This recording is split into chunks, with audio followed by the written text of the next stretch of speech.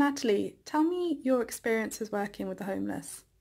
So I first started experiencing working with homeless people when I worked in an acute emergency walk-in clinic in the secondary care hospital in London, and it really surprised me how many people used to come through the door, and it really fascinated me, some of the stories they used to tell.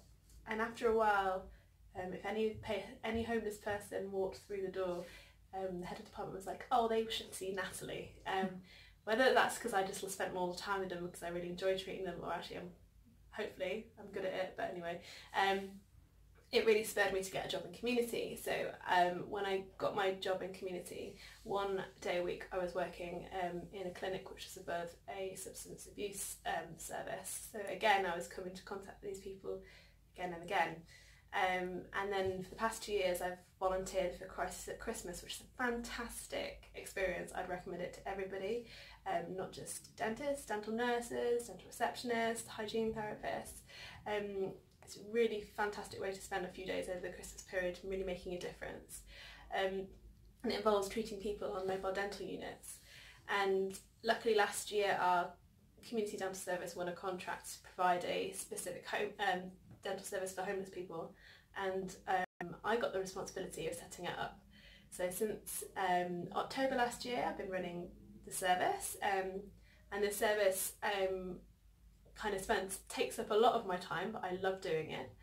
And it involves not just working within healthcare sectors, like learning from charitable sectors, working with a church, working with other commission services like drug and alcohol services and accommodation and social services, and it's really kind of opened my eyes to the world of healthcare outside of just healthcare, and how important it is to link services for dealing with these patients. And so I've set up net referral pathways, provided oral health promotion, screening sessions, and I take the mobile dental unit out once or twice a week to day centres across East London, which is a really high area of need. In Newham, there was a Guardian article which quoted a statistic from a shelter which said that 1 in 25 people in Newham are homeless. And we need to get rid of the myth that people who are homeless are just people on the streets. There's so many people who are homeless who are in temporary accommodation, who live in accommodation that's completely unsuitable, where there's 8 people sleeping in one room, or they're just couch surfing or sofa surfing between their friends and family. It can happen to anybody. So it really touches my heart talking to these people, and it's not, necessarily the dentistry that I really enjoy doing, but it's actually making a difference for these people who find it really difficult to access dentistry. How do dentists get involved with working with the homeless?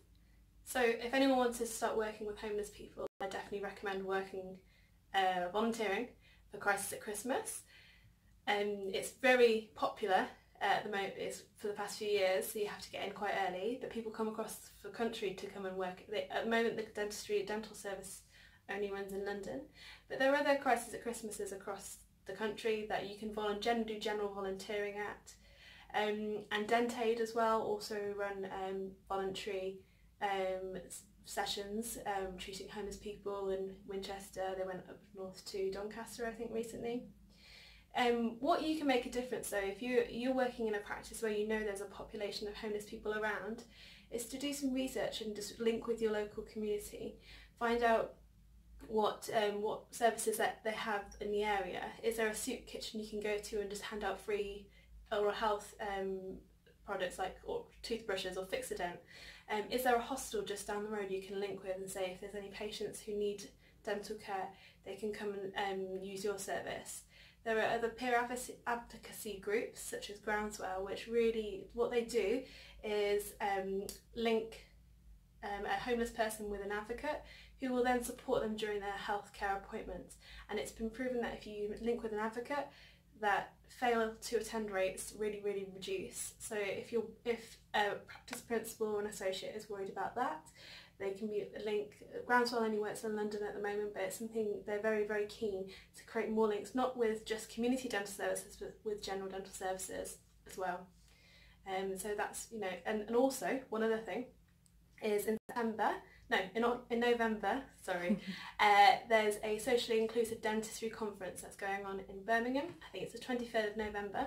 I'll be speaking there about how to set up a homeless dental service.